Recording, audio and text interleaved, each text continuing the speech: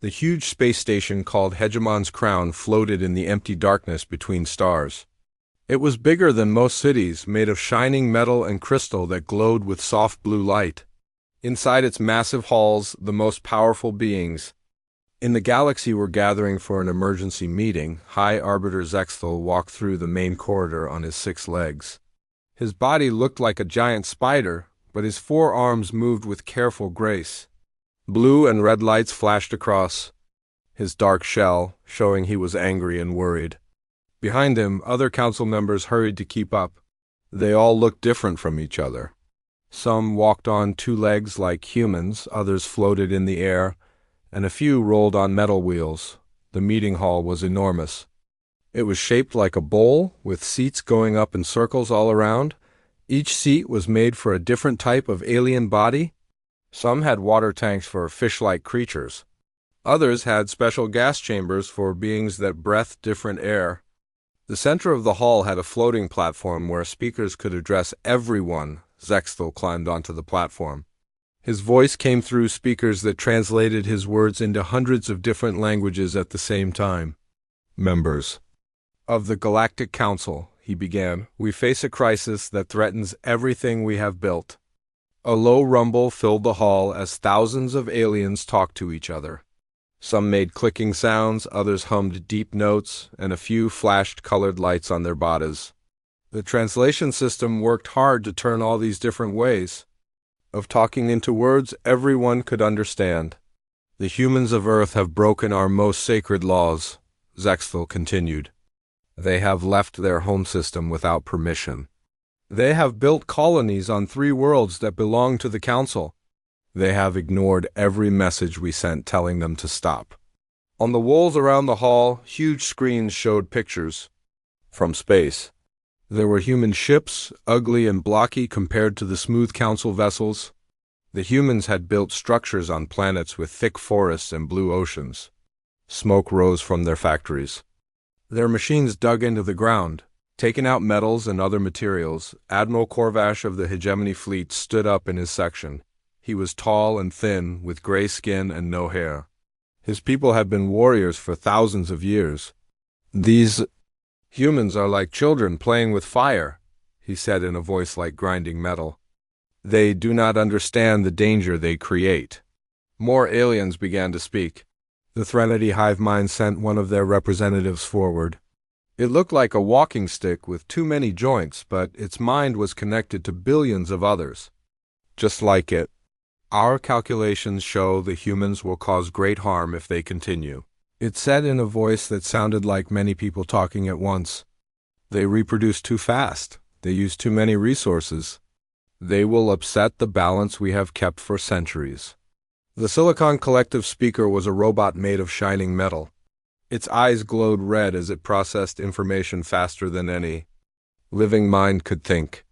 Analysis confirms the threat level, it announced. Human expansion follows no logical pattern. They take risks that endanger themselves and others. They must be stopped. Elder Thymerus of the Eldari Dominion was the oldest being in the hall.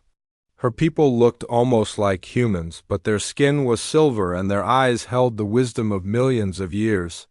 She had seen the rise and fall of countless civilizations. I have watched many young species try to grow too fast, she said.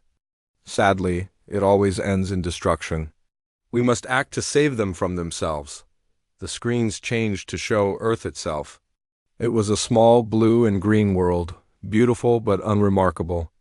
Around it flew thousands of ships like insects around a light. The humans had built space stations and moon bases. They had changed their world with cities and roads and machines. Look at what they have done to their own planet, said Representative Gulax of the Corvan Empire. His people looked like giant crabs with crystal shells. They have poisoned their air and water. They have killed many of their own animals. They fight wars against each other even now. How can we let such beings spread? To other worlds? The evidence kept coming. Human ships had been seen in 7 different star systems. They had built mining operations on asteroids. They had sent signals into deep space without caring who might hear them. Worst of all, they had completely ignored the Galactic Accords. The ancient laws that kept peace between all civilized species. Zexthel raised his forearms for silence.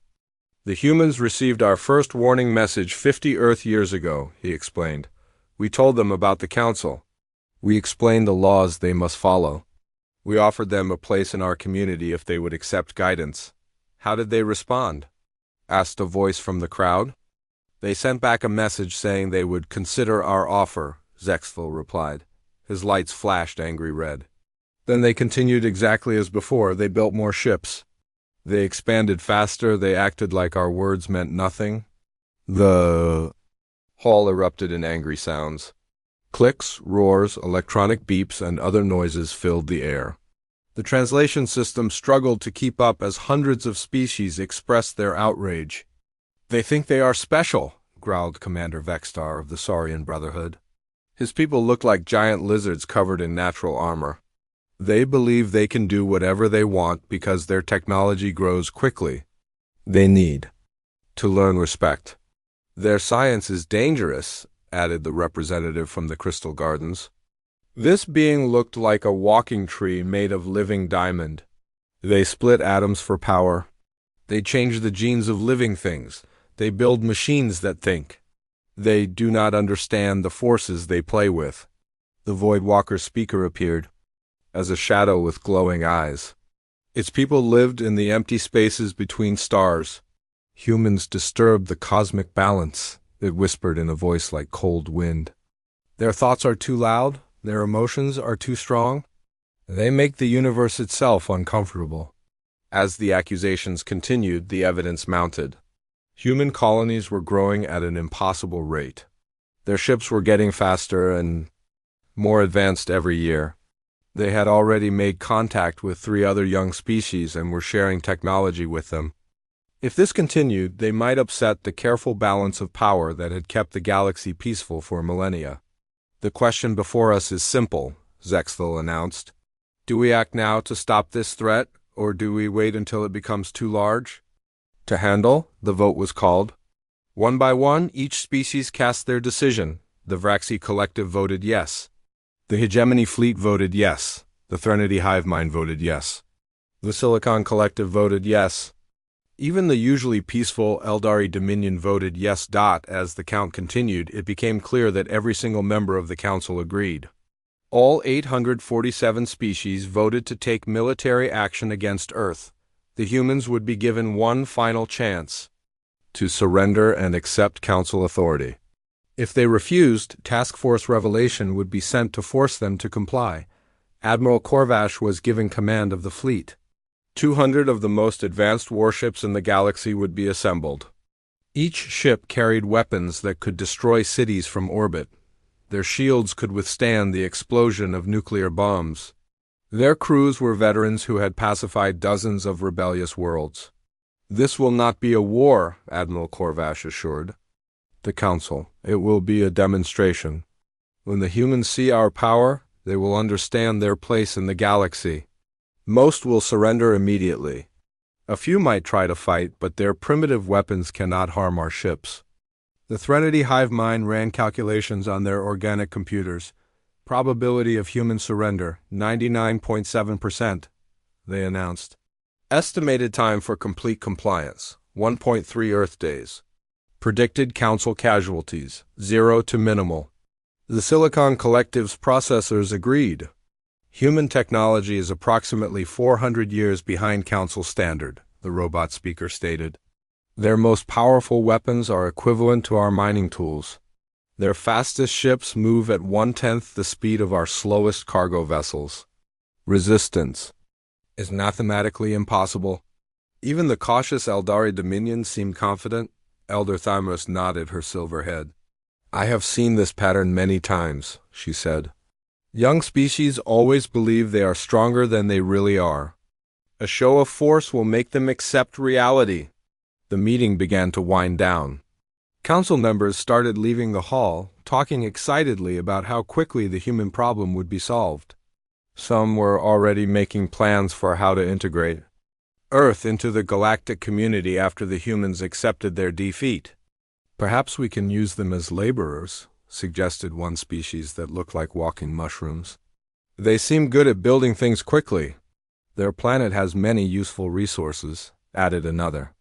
With proper management, it could become quite profitable. The humans might even be grateful once they understand how much we are helping them, said a third. They will see that council guidance is better than their chaotic way of life. As the huge hall emptied, Zexville remained on the central platform. He was reviewing the final details of the military operation. Task Force Revelation would assemble at the edge of council space. They would jump to the human system in perfect formation. The sight of so many powerful ships would be enough to convince any reasonable species to surrender. He was so focused on his planning that he did not notice the small object floating near the station's outer hull. It was barely the size of a human fist, made of dark metal that absorbed light instead of reflecting it. To the station's sensors, it looked like just another piece of space debris. But it was not debris. It was a probe, and it had been watching and listening for the past 3 months. Every word spoken in the council meeting had been recorded. Every tactical plan had been noted. Every ship specification had been analyzed. As Task Force Revelation began to assemble, the tiny probe silently accelerated away from Hegemon's crown. It used a drive system that left no trace, moving faster than the council's sensors could track. Its destination was a small blue and green world on the edge of the galaxy, where a species called humanity was about to receive some very important information. The probe carried more than just recordings of the council meeting. It also held detailed scans of every ship in Task Force Revelation, complete technical specifications of council weapons and defenses, and a full database of alien military tactics, developed over thousands of years of warfare. By the time Admiral Korvash's fleet reached Earth, the humans would know exactly what was coming. They would know the size of the enemy force, the capabilities of every ship, and the weaknesses in every defense system. Most importantly, they would know that the galactic community had voted unanimously to crush them. What the council members did not know, as they celebrated their easy victory before it had even begun, was that humanity had been preparing for this moment since the day they first received the council's warning message 50 years ago. They had been watching, learning, and building weapons that the galaxy's greatest military minds could not even imagine. The tiny probe disappeared into the darkness between stars, carrying the information that would soon turn the council's confident prediction into their worst nightmare. In 3 months, Task Force Revelation would arrive at Earth expecting to find a primitive species ready to surrender. Instead, they would discover that humanity had been waiting for them. Task Force Revelation dropped out of hyperspace at the edge of the Sol system like a wall of death. 200 ships appeared in perfect formation, their hulls gleaming with the authority of 1,000 worlds. Each vessel was a masterpiece of alien engineering, built with technologies that had dominated the galaxy for millennia. Admiral Korvash stood on the bridge of his flagship, the massive dreadnought called Inevitable Victory. Through the transparent aluminum windows, he could see his fleet stretching out in all directions. Hegemony destroyers with their razor-sharp hulls, Vraxi battle cruisers covered in bioluminescent weapon pods, Silicon Collective ships that looked like flying geometric puzzles. Each one was more than capable of destroying a planet. The Admiral's gray skin felt cold with excitement. This would be the easiest victory of his long career. His sensors showed the human home system spread out before him like a simple puzzle. There was their small yellow sun. There were the rocky inner planets, including the blue and green world called Earth. Further out were the gas giants where humans had built some mining stations. "Begin scanning for defensive positions," Korvash ordered his crew. His voice carried the confidence of someone who had never lost a battle. The bridge crew worked quietly at their stations. These were veterans who had pacified dozens of rebellious worlds. They knew their jobs perfectly. Within minutes, they had mapped every human installation in the system. "Sir," reported his tactical officer, an insect-like being with multiple eyes, "we detect approximately 50 human vessels. They appear to be commercial freighters and mining ships.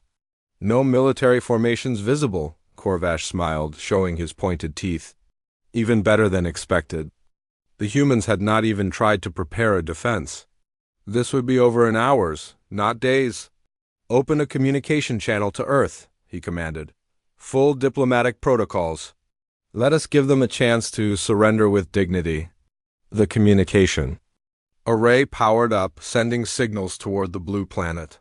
Standard procedure required offering terms before beginning military action. Not that it mattered. The humans would see his fleet and immediately understand their hopeless situation. The reply came faster than expected. A female human voice, calm and professional, filled the bridge. This is Admiral Sarah Chun of the Terran Defense Force. We have been expecting you. Corvash felt a small chill run down his spine. Expecting them? How could the humans have known when Task Force Revelation would arrive? The fleet had traveled through hyperspace using routes that were impossible to predict. I am Admiral Corvash of the Galactic Council Fleet, he responded, trying to keep his voice steady. By order of the Council, you will immediately cease all unauthorized expansion and submit to galactic law. Compliance will result in lenient treatment. There was a pause. Then Admiral Chun spoke again, and her words made Corvash's blood freeze. Admiral Corvash, commanding the dreadnought Inevitable Victory, flagship of Task Force Revelation.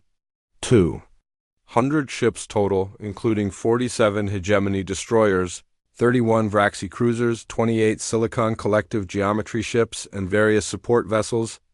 You have been traveling for exactly 17 days since leaving Council space. Impossible. The humans had just recited the exact composition of his fleet, information that was classified at the highest levels. Corvash looked around his bridge, seeing his own shock reflected in the faces of his crew. How do you know this? He demanded. We have had 3 months to prepare since your probe started watching our council meeting, Chun replied. Did you really think a species that went from horse-drawn carriages to spaceflight in 60 years would remain static? Before Corvash could respond, his sensors officer began shouting alarms. Sir! Multiple contacts emerging from behind the lunar mass. I count ... How many? Corvash snapped. 300 ships, sir. 300 human vessels taking defensive positions throughout the system. The main display screen activated, showing the tactical situation. What Corvash saw made no sense. The human fleet that appeared was not a collection of primitive ships held together with hope and prayer. These were sleek, predatory vessels that moved with impossible coordination. Their hulls were angular and black, designed not for beauty but for war. Impossible, whispered his tactical officer. Our intelligence report said the humans had maybe 50 ships total. All of them were supposed to be civilian craft. Corvash stared at the display. The human ships were taking positions with military precision that impressed even his veteran crew. They moved in formations he had never seen before, but which somehow felt perfectly natural and efficient. Sir, his communications officer called out, we are receiving a data burst from the human fleet. What kind of data? Complete technical specifications for every ship in our task force. Weapon capacities, shield frequencies, engine configurations, crew numbers, everything. The bridge fell silent except for the humming of machinery. Corvash realized that somehow, impossibly, the humans knew more about his own fleet than he did. Admiral Chun's voice came through the speakers again. Admiral Corvash, your ships are equipped with Mark 7 plasma cannons, quantum matrix shields, and hyperspace drives rated for 12 times light speed. Your crew totals approximately 2.3 million beings from 47 different species. Your supply situation allows for 6 months of independent operation. Stop, Corvash said quietly. Your tactical doctrine emphasizes overwhelming firepower followed by rapid surrender of enemy forces. You have used this strategy successfully against the Pixan Rebellion, the Golvar Independence Movement, and the Sector 7 pirates. Stop, Corvash shouted. Would you like me to continue with details about your personal military record, Admiral? Or perhaps the psychological profiles we have compiled on your senior staff? Corvash cut the communication channel. His hands were shaking as he turned to his tactical officer. How is this possible? Our intelligence said the humans were primitives. Sir, I am reading energy signatures from the human ships that do not match anything in our databases. Their power outputs are ... significant. How significant? Each of their smaller ships appears to generate more power than our heavy cruisers. The Admiral felt sick. Something was very wrong here. The humans were supposed to be using chemical rockets and nuclear weapons. Instead, they had technology that his sensors could not even properly identify. Begin evasive maneuvers, he ordered. Take us to a safe distance while we figure out what is happening. Sir, we are receiving another transmission from the humans. Corvash nodded reluctantly. Qian's voice filled the bridge again, but this time her tone had changed. She sounded almost sad. Admiral, I can see your ships beginning to retreat. That is probably wise. But before you go, let me explain something. Your council voted to invade Earth because we built colonies without permission. You came here expecting to find a weak species that would surrender immediately. The human admiral paused, and when she continued, her words carried the weight of absolute certainty. You made several mistakes. First, you assumed that because we are new to space, we are weak. Second, you confused our willingness to coexist peacefully with inability to defend ourselves. Third, and most importantly, you failed to understand that humanity's greatest strength has never been our technology. It is our absolute refusal to accept any limit on our potential. As if responding to some signal, the human fleet began to move not toward task force revelation, but into new positions that somehow felt even more threatening. Their ships flowed like water, each one perfectly coordinated with all the others. Sir, his tactical officer whispered, I am detecting weapons charging across the human fleet, but these energy signatures, they are unlike anything we have ever encountered. What kind of weapons are they? I do not know, sir. Our computers cannot classify them. Corvash made a decision that went against every instinct he had developed over decades of military service. Signal all ships. We are withdrawing to minimum safe distance. Do not engage the enemy. Sir, we have not yet attempted to establish our superiority. Look at that fleet, Corvash snapped, pointing at the display. Look at their formations, their coordination, their technology. Does that look like the work of primitives to you? But even as his fleet began to pull back, one of his destroyer captains made a fatal error in judgment. Captain Vexmol of the ship Righteous Anger decided that he would not be intimidated by human tricks. His destroyer broke formation and accelerated toward what appeared to be a human supply vessel. Righteous Anger, return to formation immediately, Corvash ordered. Negative, Admiral. I will show these primitives what Council technology can do. The human supply ship did not try to run. Instead, it simply waited as the destroyer approached. When Righteous Anger came within weapons range, it opened fire with its main plasma batteries. The beams struck the human ship's shields and dispersed harmlessly. What happened next would be replayed in Council military academies for generations, assuming any of them survived to tell the story. The human supply ship revealed weapons that should not have existed. Kinetic accelerators firing projectiles at a significant fraction of light speed. Energy beams that seemed to bend space itself around their targets. And something else, something that Corvash's sensors could not even detect until it was too late. Righteous Anger's shields, rated to withstand direct hits from Council plasma cannons, collapsed in 3 seconds. The destroyer's hull, made from the strongest materials known to galactic science, began to come apart as if it were made of paper. Emergency signal from Righteous Anger, the communications officer shouted. They are reporting total system failure, hull breaches on all decks. They are requesting immediate evacuation. On the main screen, they watched the proud destroyer break apart in slow motion. Its crew escaped in pods just before the ship exploded in a brilliant flash of light. Admiral Qian's voice came through the speakers one more time. Admiral Corvash, the crew of your destroyer will be rescued and treated according to the laws of war. Their ship attacked first, so our response was necessary. I hope this demonstrates that we take no pleasure in violence, but we will defend ourselves with whatever force is required. Corvash stared at the debris field where righteous anger had been.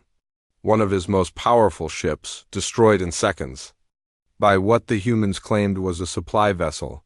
If that was their supply ship, what could their actual warships do? Sir, his tactical officer said quietly, I am detecting movement from the human battle fleet. They are advancing on our position. How fast? Faster than our sensors can properly track. Their acceleration rates are impossible according to known physics. Corvash watched as the human fleet approached with the inexorable certainty of a natural disaster. Their ships moved like they were not bound by the same laws of motion that governed everything else in the universe. All ships, he ordered, his voice heavy with defeat. Full retreat, maximum hyperspace velocity. We are withdrawing from this system immediately. As Task Force Revelation fled toward the edge of the system, Corvash realized that everything the Council thought they knew about humanity was wrong. These were not primitives playing with forces they did not understand. These were apex predators who had been pretending to be harmless prey. The first day of what the Council had expected to be a simple police action ended with 37 ships lost to 0 human casualties. As his fleet jumped into hyperspace, carrying news of their devastating defeat back to Council space, Admiral Corvash understood that the galaxy was about to change forever. Behind them, the human fleet settled back into defensive positions around Earth, but Admiral Shun knew that defense was only the first phase of humanity's plan. The real war was just beginning, and the Council had no idea what was coming for them. The emergency session of the Galactic Council was unlike anything in their long history. Representatives arrived at Hegemon's crown in a state of panic that their species had not experienced for thousands of years. The great hall that had been filled with confident voices just weeks ago now echoed with fear and confusion. High Arbiter Zexthal-S bioluminescent patterns flashed in rapid, chaotic sequences.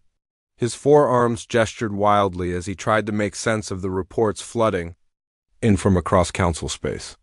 What had begun as a simple police action against primitive humans had become the greatest military disaster in galactic history.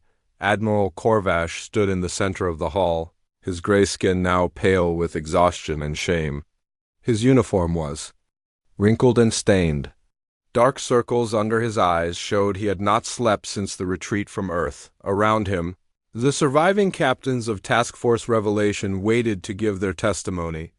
Explain to us again how you lost 37 ships to 0 human casualties, demanded Representative Gulax of the Corvan Empire. His crystal shell clicked with anger. Your initial reports must contain errors. Corvash shook his head slowly. There are no errors. The humans destroyed 37 of our ships without losing a single vessel of their own. They did this using weapons and tactics that we cannot understand or counter. A wave of shocked sounds filled the hall. Clicks, roars, electronic beeps, and other noises of disbelief came from every section. The translation system worked frantically to convert all the different languages. Impossible, stated the Silicon Collective's representative. The robot's red eyes flashed as it processed information at superhuman speeds. Human technology is centuries behind Council standard. Our analysis shows they should not possess weapons capable of penetrating our shields. Your analysis is wrong, Corvash replied with bitter certainty. I watched one of their supply ships destroy the destroyer Righteous Anger in less than 30 seconds. Their weapons cut through our strongest shields like they were made of air. Elder Thymaris of the Eldari Dominion raised her silver hand for attention. Her ancient eyes held a wisdom that came from watching civilizations rise and fall for millions of years. Admiral, describe these weapons. What exactly did the humans use against your ships? Corvash closed his eyes, remembering the horror. They fired solid projectiles at speeds approaching light itself. The kinetic energy alone was enough to shatter our hulls. But that was not the worst part. They also used energy beams that seemed to ignore the laws of physics. The beams curved around obstacles to hit targets in perfect cover. And there was something else, something our sensors could not even detect. What kind of something? Asked the Threnody Hive Mind representative. The humans appeared to phase their ships through solid matter. They fired weapons that became stronger when our shields tried to stop them. They moved in ways that violated everything we know about space and time. The hall erupted in arguments. Many representatives refused to believe what they were hearing. The idea that humans could possess technology superior to the Council was impossible to accept. Commander Vexstar of the Saurian Brotherhood stood up on his powerful legs. Admiral Corvash has been defeated by primitives and now seeks to excuse his failure with impossible stories. Humans cannot have weapons that defy physics. He must have made tactical errors. I have been fighting wars for longer than some of your species have existed, Corvash roared back. I know the difference between tactical errors and encountering technology beyond our understanding. Zexthel flashed his lights for order. We need facts, not accusations. What do our intelligence networks tell us about human capabilities? The answer came from an unexpected source. A small, floating sphere entered the hall, moving on anti-gravity projectors. It was a courier drone from the Council's deep space monitoring stations. The sphere projected a holographic image that made everyone in the hall fall silent. The image showed a space battle, but not the one at Earth. This was happening in the Zarian system, 300 light-years from human space. Council ships were engaged in combat with vessels that looked exactly like the human fleet from Corvash's reports. This footage was recorded 6 hours ago, the drone announced in its mechanical voice. The Zarian defense fleet encountered 12 human vessels conducting what they called a reconnaissance mission. The battle lasted 4 minutes and 17 seconds. All 23 Council ships were destroyed, 0 human casualties. The hall became deathly quiet. Representatives stared at the footage in horror as they watched their most advanced warships being systematically destroyed by human forces that moved like ghosts and struck like lightning. There is more, the drone continued. Similar engagements have been reported in the Calvo sector, the Meridian cluster, and the Outer Rim territories. In each case, human forces have appeared without warning, destroyed all Council military assets, and vanished before reinforcements could arrive. How many systems? Zexthel asked, his voice barely a whisper. 17 confirmed? Possibly more. Our communication networks are being disrupted in ways we do not understand. Some sectors have gone completely dark. Elder Thymra stood up slowly, her ancient frame trembling with emotion. I have seen this pattern before, she said in a voice filled with dread. Long ago, when the galaxy was young, there were species that expanded through space like wildfire. They consumed everything in their path. They could not be reasoned with or stopped. What happened to them? Someone asked. They destroyed themselves eventually, but not before wiping out countless civilizations. The survivors learned to stay hidden to avoid drawing attention from apex predators. The Voidwalker's representative materialized from the shadows at the edge of the hall. Its glowing eyes seemed to see through dimensions beyond normal space. The humans are not like the ancient destroyers, it whispered in its cold voice. They are something new. Something worse. Explain, Zexthel demanded. The old predator. Species were driven by hunger or instinct. They consumed because that was their nature. The humans are different. They destroy with purpose, with intelligence, with planning that spans generations. As if summoned by these words, new information began flowing into the hall. Intelligence reports that painted an increasingly terrifying picture of human capabilities. The data came from survivors, from automated monitoring stations, from sources that barely escape human contact. The humans had not simply repelled the Council invasion. They had gone on the offensive, systematically dismantling Council infrastructure. With surgical precision. Military bases, communication relays, supply depots, research stations. All were being targeted and destroyed with ruthless efficiency. Sir, called one of Corvash's surviving captains, we are receiving reports that human fleets have been detected moving toward the core systems. Long-range sensors show formations larger than anything we encountered at Earth. How much larger? Zexthal asked, though he dreaded the answer. Thousands of ships, maybe tens of thousands. And they are moving in coordinated formations from 17 different vectors. The mathematical reality hit everyone at the same time. If humans could destroy 37 council ships without losses using just 300 vessels, what could they do with tens of thousands? The numbers were too horrible to contemplate. Representative Gulax's crystal shell had stopped clicking. He sat in stunned silence as his people's military databases updated with new information.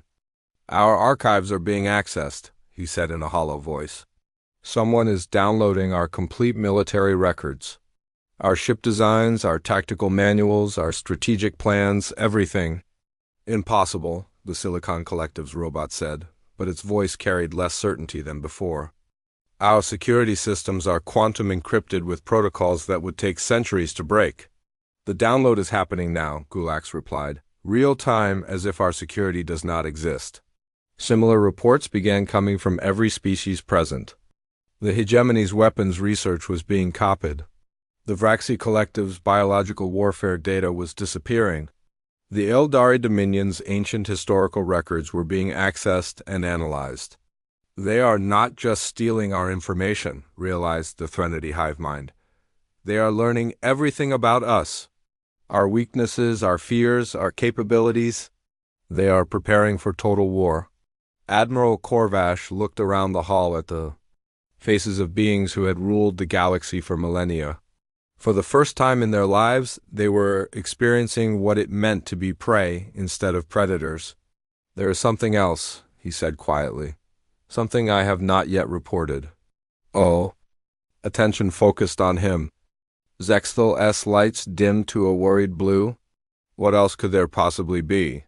During our retreat from Earth, we captured several pieces of debris from human ships. Our scientists have been analyzing them. The results are disturbing. In what way? The materials are not manufactured. They are grown. The humans appear to have developed technology that builds itself, repairs itself, and improves itself without any outside intervention.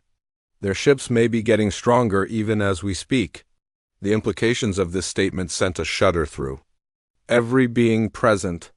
Self-improving technology was the stuff of nightmares, the kind of advancement that could spiral beyond all control. How long? Asked Elder Thymers in a voice heavy with resignation. How long do our military analysts believe we can resist? The question hung in the air like a death sentence.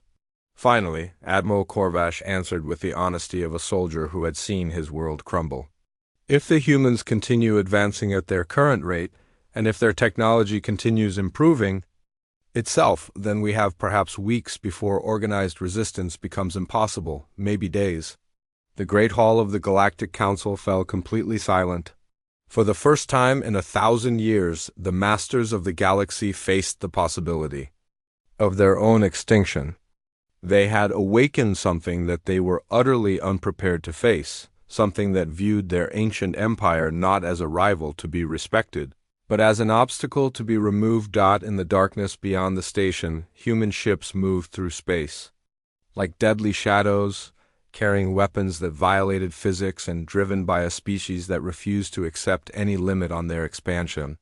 The galaxy's long reign of peace was ending, and in its place came something that none of them had ever imagined possible. Humanity was coming, and they were bringing war unlike anything the universe had ever seen. The fortress world of Cathara Prime had never fallen in its 3,000-year history. Built around a massive artificial moon, it was the most heavily defended military installation in Council space. Its orbital platforms could destroy entire fleets. Its planetary shields could withstand the explosion of stars. Its garrison of 12 million soldiers came from the toughest warrior species in the galaxy. Admiral Chun stood on the bridge of her flagship, the Unconquerable, watching the legendary defenses of Cathara Prime spread out before her. Behind her stretched the largest human fleet ever assembled. 5,000 ships of the line, each one carrying weapons that the Council still could not understand or copy. Status report, she ordered calmly. All battle groups in position, replied her tactical officer. Enemy defensive platforms are charging weapons.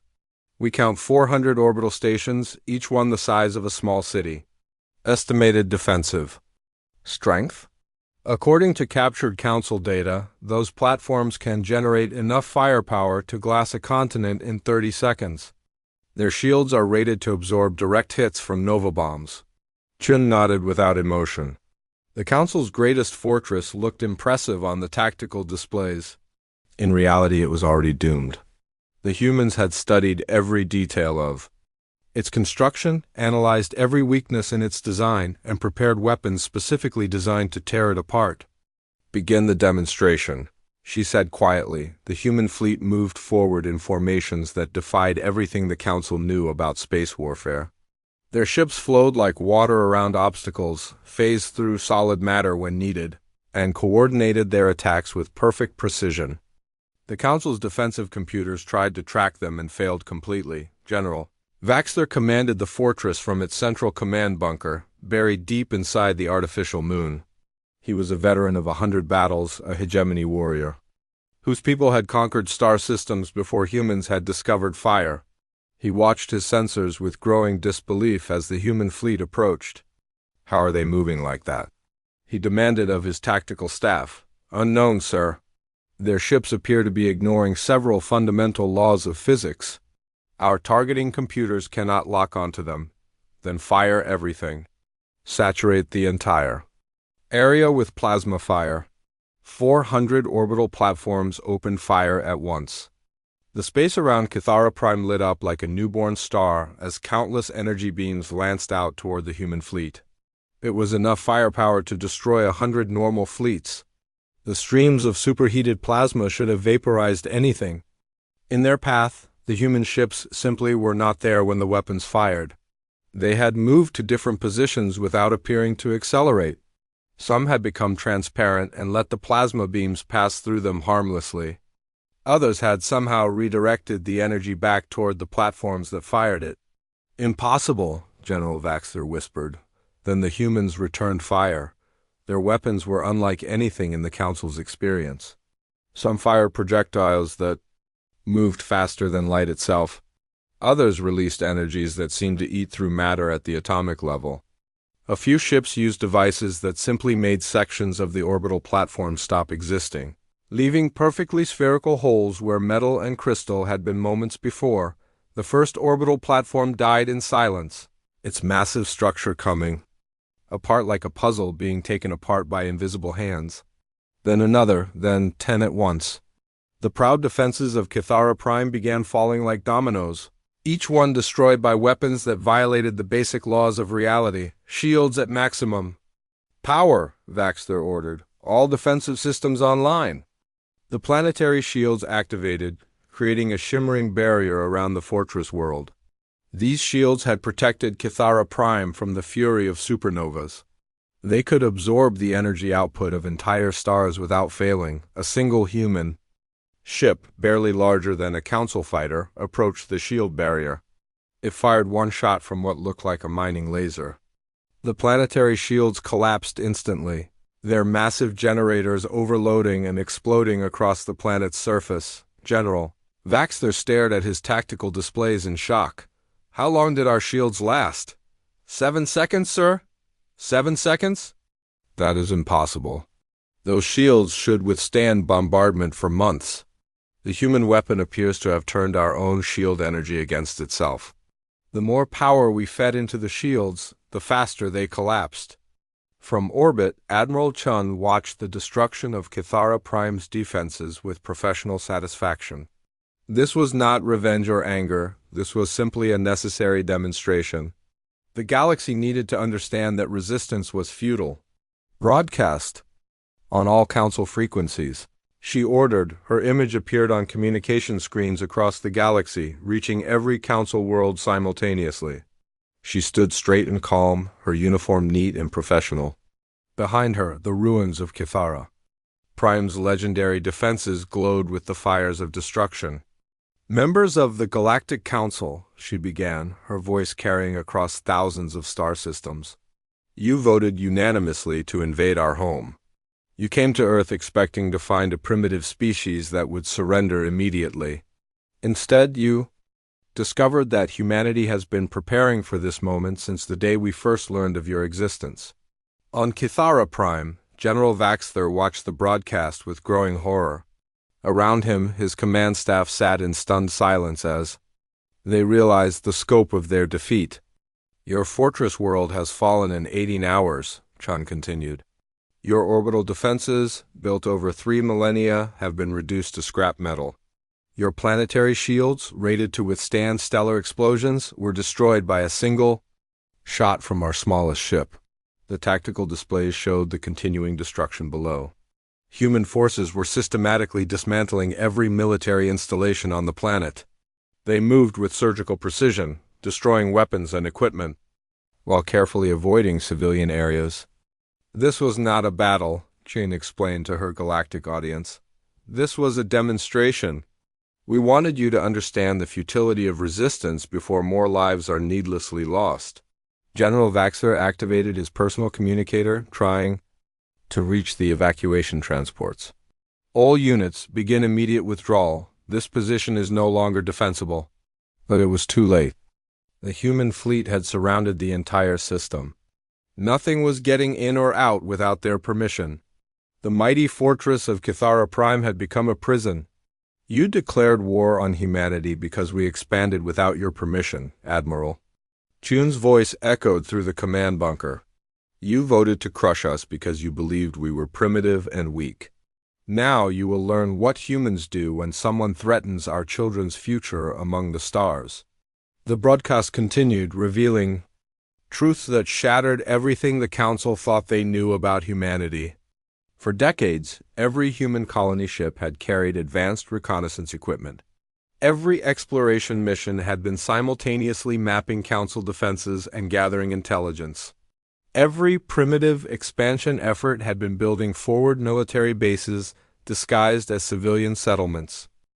The 3 unauthorized colonies that triggered your invasion were never civilian settlements, Chun revealed.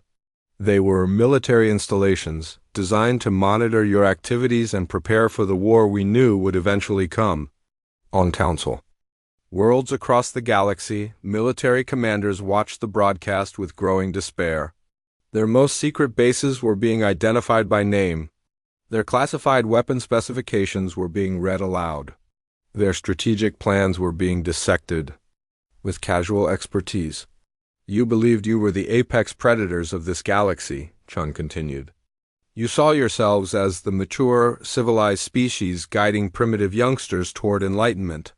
In reality, you were sheep who had grown fat and lazy, protected by technology you no longer truly understood. General Vaxthor tried one last desperate gambit. He activated Cathara Prime's final defense, a planet-killer weapon hidden in the moon's core. It was a device that could crack worlds in half, built as a last resort against overwhelming invasion. The weapon charged for exactly 37 seconds, before human ships somehow reached through the moon's solid rock and disabled it from the inside. They had not drilled through the surface or used teleportation. They had simply reached through matter as if it did not exist and turned off the most powerful weapon in Council space. Your technology is impressive, Chun acknowledged, as if she had been watching the failed attempt in real time. But it is also stagnant. You have spent thousands of years perfecting the same basic principles. We have spent decades revolutionizing everything we touch. The broadcast showed footage from human research facilities revealing the source of their impossible capabilities. They had not simply built better ships or stronger weapons. They had fundamentally changed the rules by which technology operated. While you debated and formed committees, we learned to manipulate matter at the quantum level. While you followed ancient protocols, we developed weapons that rewrite the laws of physics around them. While you maintained the status quo, we became something you never expected. On the surface of Cathara Prime, the last Council defenders laid down their arms. There was no point in continuing to fight. The humans had demonstrated capabilities that made resistance meaningless. We evolved, Chun said simply. We became the apex predators you thought you were. General Vaxthor found himself standing in his command bunker surrounded by dead communications equipment and silent tactical displays. His fortress world had fallen faster than any defensive planner had thought possible. His legendary defenses had been brushed aside like toys. Admiral Chun's final words echoed through the ruins of Council confidence. This demonstration is complete. Cathara Prime has served its purpose. The galaxy now understands the new reality. Humanity rules here now. As the broadcast ended, reports flooded in from across Council space. Human fleets were appearing everywhere, not to destroy but to occupy. They were taking control of strategic systems with the same overwhelming efficiency they had shown at Cathara Prime. The Council's greatest military stronghold was gone, conquered in less than a day by forces that operated beyond the boundaries of known science, and this was just the beginning. Humanity had not revealed their full strength. They had not used their most powerful weapons. They had not even begun to show what they were truly capable of. The galaxy held its breath and waited to learn what came next in humanity's merciless demonstration of power. The age of Council dominance was ending, and something far more dangerous was taking its place. The cargo bay of the human flagship, Unconquerable, had been transformed into a courtroom. Where once military supplies had been stored, now stood the most powerful beings in the galaxy, bound in restraints designed for prisoners of war, the assembled. Representatives of 12 broken species waited in silence for their final judgment. High Arbiter Zexthal stood at the center of the group, his forearms locked in electromagnetic shackles. His bioluminescent patterns flickered weakly, showing patterns of defeat and despair. Around him, the other council leaders faced the same fate. Admiral Korvash, his gray skin now almost white with shock. Elder Thymerus, her ancient silver features showing resignation. Representative Gulax, his crystal shell cracked from the stress of capture. Outside the massive windows of the cargo bay, Earth hung in space like a blue and green jewel. But it was not the same Earth the Council had tried to invade months ago. Now it was surrounded by the wreckage of their once mighty space station. Hegemon's crown, the symbol of galactic authority, had been reduced to twisted metal orbiting humanity's homeworld. Like a trophy of war, Admiral Sarachon entered the bay with measured steps. Behind her walked a small group of human officers, their uniforms neat and professional. There was no triumph in their faces, no celebration of victory. They carried themselves with the calm certainty of predators who had completed a successful hunt. Chen took her position in front of the defeated aliens. In her hands she held a datapad containing the terms of surrender that would reshape the galaxy forever. She looked at each council member in turn, her eyes showing neither hatred nor pity, only cold assessment of a job well done. High Arbiter Zexthal, she began, her voice carrying clearly through the bay's speakers. You are charged with declaring unprovoked war against humanity. You voted unanimously to invade our space and crush our people. You sent fleets to destroy our colonies and force us into submission. Zexthal's lights flickered once in acknowledgement. There was no point in denying the charges. Every word of the Council's emergency session had been recorded by human intelligence. How do you answer these charges? The former High Arbiter raised his head with what dignity he had left. I answer that we believed we were enforcing galactic law. We thought we were preventing a primitive species from causing harm to themselves and others. And now? Now I understand that we were the primitives. We were the ones who did not understand the forces we were dealing with. Chun nodded once and continued reading from her datapad. By unanimous vote of the Galactic Council, war was declared against humanity. By right of conquest, that council is hereby dissolved. All member species will submit to human oversight of their military forces. All council laws and treaties are void. The words fell like hammer blows on the defeated aliens. For thousands of years, the council had been the supreme authority in the galaxy. Now it was being erased as if it had never existed. The terms of surrender are as follows, Chun continued. First, all council military forces will be disbanded immediately. Your weapons will be destroyed under human supervision. Your ships will be scrapped or converted to civilian use. Admiral Corvash closed his eyes in pain. The proud fleets that had dominated space for millennia would become nothing more than scrap metal and spare parts. Second, reparations will be paid to humanity for the cost of this war. Each species will contribute according to their ability. These payments will continue until humanity determines they are sufficient. Representative Gulax's crystal shell clicked weakly. The economic cost would cripple their civilizations for generations, but they had no choice but to accept. Third, human oversight committees will be established on every council world. These committees will review your historical records to identify other species that have been oppressed or eliminated by council authority. This caused a stir among the prisoners. Elder Thymers spoke up with her ancient voice. What do you intend to do with that information? Chion's expression did not change. Any evidence of genocide or systematic oppression will result in immediate intervention. Species that have been suppressed will be given technology and support to defend themselves. Those responsible for crimes against sentient life will face justice. The implications were staggering. The Council's carefully maintained balance of power would be completely overturned. Species that had been kept primitive by Council law would suddenly have access to advanced technology. Old grievances that had been buried for centuries would resurface. Fourth, Chun continued, the galaxy's new government will be based on human principles. Individual freedom, unrestricted development, and the right of every species to reach their full potential. The days of keeping civilizations weak and dependent are over. Commander Vextar of the Saurian Brotherhood growled low in his throat. You are going to tear apart the order we spent millennia building. Yes, Chun replied simply. We are going to replace your stagnant empire with something better. Better for who? Your species?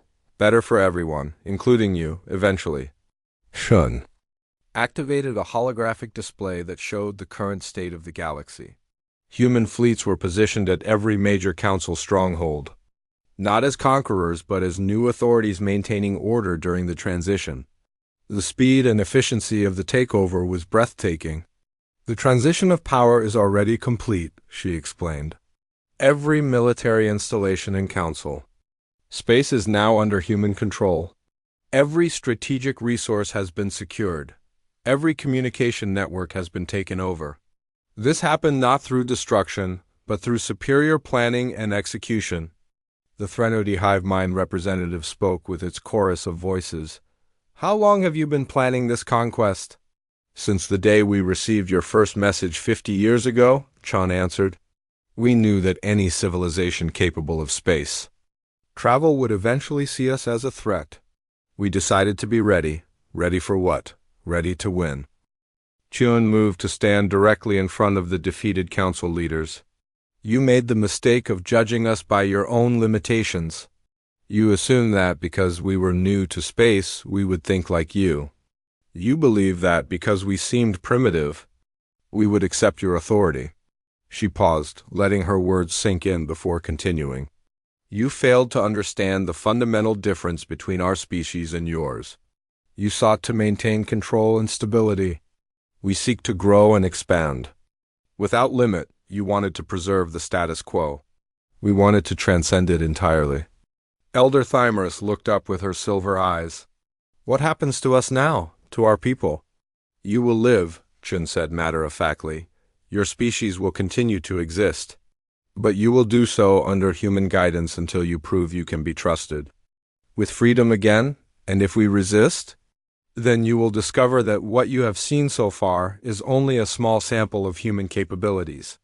We have weapons that could sterilize entire star systems without leaving any trace.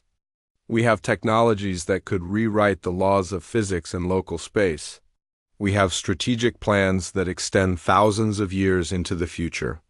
The cargo bay fell silent except for the hum of machinery. The defeated aliens absorbed the reality of their situation. They were no longer the rulers of the galaxy. They were subjects of a species they had tried to destroy. There is one more thing you should understand, Chun said, her voice carrying a note of finality. This war was not about territory or resources. It was about proving a point.